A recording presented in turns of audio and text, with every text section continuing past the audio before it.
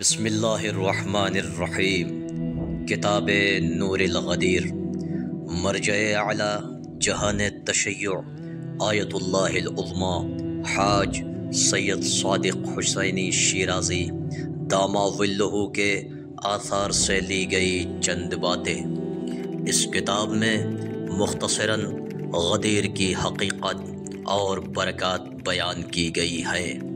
آپ غدیر کو محض ایک واقعہ نہیں جانتے، بلکہ ایک ایسی ثقافت جانتے ہیں کہ جو سن 10 ہجری سے آج تک جاری ہے۔ حضرت نے فرمایا کہ غدیر ایک پاکیزہ آئینہ ہے جو اخلاقی، سیاسی اور سماجی نظریات کی عکاسی کرتا ہے اور اسلامی فکر و عمل کی واضح تصویر ہے جو کسی بھی تسلط اور لوگوں کی غلامی کے دروازے بند کر دیتا ہے۔ انہوں نے یہ بھی بیان کیا کہ غدیری ثقافت اموی اور عباسی حکومت جیسی حکومتوں کے مکمل مخالفت میں کھڑی ہے۔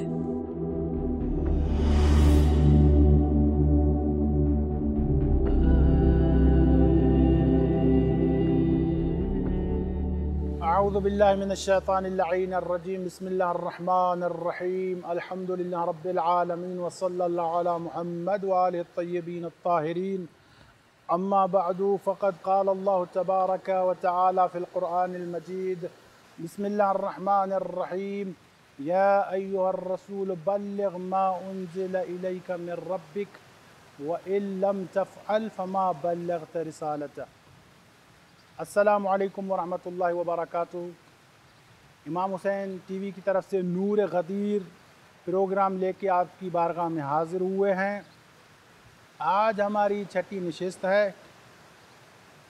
اس میں ہم آیت تبلیغ کی تھوڑی سی وضاحت انشاءاللہ کریں گے کہ میں نے عرض کیا تھا کہ آیت ولایت میں پہلے اعلان ہو چکا ہے۔ اس آیت میں خداوند قدوس نے سخت لہجہ اختیار کیوں کیا؟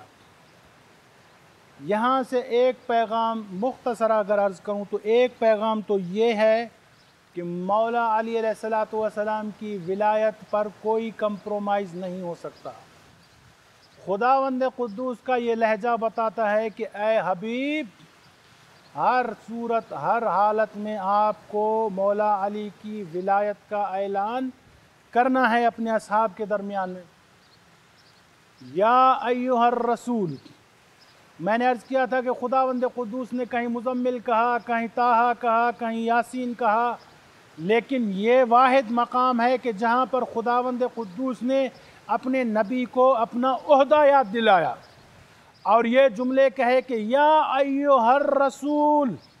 اب حبیب نہیں، اب یاسین نہیں، اب طٰہٰ نہیں، اب مزمل نہیں، کہا یا ایہا الرسول، اے میرے رسول، بلغ، امر کا صیغہ ہے، پہنچا دو۔ کوئی اس میں آپ کو رخصت نہیں دے سکتے، ہر صورت میں آپ کو یہ پیغام پہنچانا ہے۔ اور رسول اللہ نے پہنچایا۔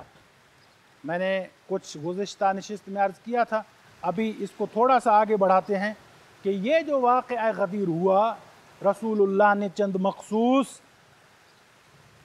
اونٹوں سے پلان اتارے اور ایک چھوٹا سا ممبر بنایا، 4 گھنٹے کا خطبہ دیا اور اقرار لیا لوگوں سے اور کہا کہ جس کا میں مولا ہوں۔ سب سے پہلے تو مولا علی کی ولایت کا دائرہ دیکھ لیں کہ مولا علی کوئی چند لوگوں کے ولی نہیں ہیں، چند لوگوں کے امام نہیں ہیں۔ کیوں؟ میں نے آیت ولایت میں پہلی نشست لے کر 3-4 نشستیں آپ کی سامنے پیش کی تھیں کہ اللہ نے کیا کہا تھا کہ جس کا میں ولی ہوں، یہ میرا نبی بھی اس کا ولی ہے اور علی بھی اس کا ولی ہے۔ اور پھر خداوند قدوس کے اس پاک نبی نے پہلے اقرار لیا اور پھر کہا کہ جس کا میں ولی ہوں، جس کا میں مولا ہوں، اس کا یہ مولا ہے۔ اب اگر کائنات کو دیکھ لیں کہ نبی کس شخصیت کے ولی ہیں، تو تمام مسلمان یہی کہیں گے کہ نبی سردار الانبیاء ہیں، اشرف المخلوقات ہیں، رحمت للعالمین ہیں۔ خود خداوند قدوس نے کہا کہ ہم نے پوری کائنات کی طرف آپ کو بھیجا، رحمت بنا کر بھیجا۔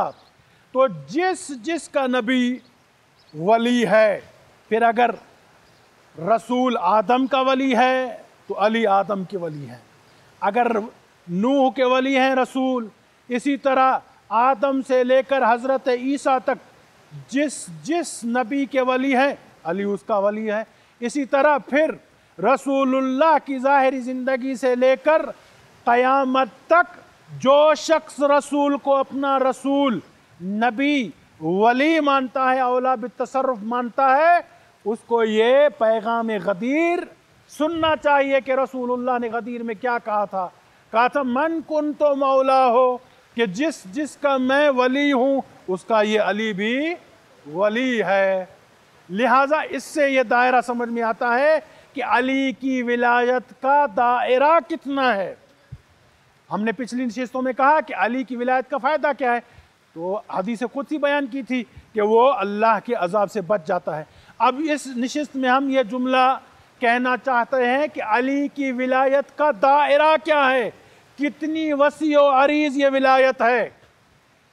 تو یہ انسانوں کے ساتھ فقط خاص نہیں ہے، مسلمانوں کے ساتھ فقط خاص نہیں ہے، عام لوگوں کے ساتھ فقط خاص نہیں ہے، بلکہ جہاں تک رسول اللہ کی ولایت اور رسالت کا دائرہ پھیلے گا اسی دائرے تک علی کی ولایت پہنچے گی۔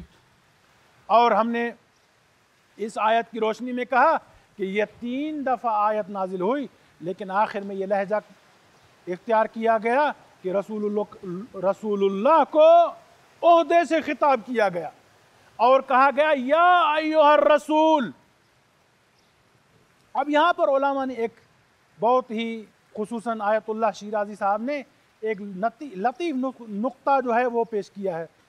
کیا کہ اللہ نے آگے چل کر یہ جملہ کہا کہ واللہ یعصمک من الناس، کہ جو گویا کہ رسول اللہ اس اعلان سے پہلے محسوس کر رہے تھے کہ اگر میں نے اعلان کر دیا راستے میں تو کچھ شر پسند لوگ بھی ہیں کہ جو مجھے نقصان پہنچائیں گے۔ اب خدا را ایک بات بتائیے کہ 1,24,000 جو تھے رسول اللہ کے ساتھ، جو کلمہ پڑھ چکے تھے، جو حج کر چکے تھے، جو نمازیں پڑھ چکے تھے، وہ کون تھے؟ وہ رسول اللہ کے صحابی تھے۔ رسول اللہ کو کس سے خطرہ تھا؟ کوئی دوسرے لوگ آئے ہوئے تھے؟ باہر سے لوگ آئے ہوئے تھے؟ اگر آئے ہوئے بھی تھے تو 1,24,000 تو ہیں۔ تو گویا کہ سمجھ میں آ رہا ہے کہ جو رسول اللہ کے ساتھ تھے انہی سے ہی رسول اللہ کو خطرہ تھا۔ اسی لیے خداوند قدوس نے قسم لے کے کہا کہ واللہ یعصمک من الناس، کہ اے حبیب پریشان نہ ہوئیے، اللہ آپ کو بچائے گا، میں خدا موجود ہوں، تم علی کی ولایت کا اعلان کرو، میں تمہاری حفاظت کروں گا۔ اور خدا نے حفاظت کی، اعلان بھی کروایا۔ اللہم صلی علی محمد وآل محمد وعجل فرجہم۔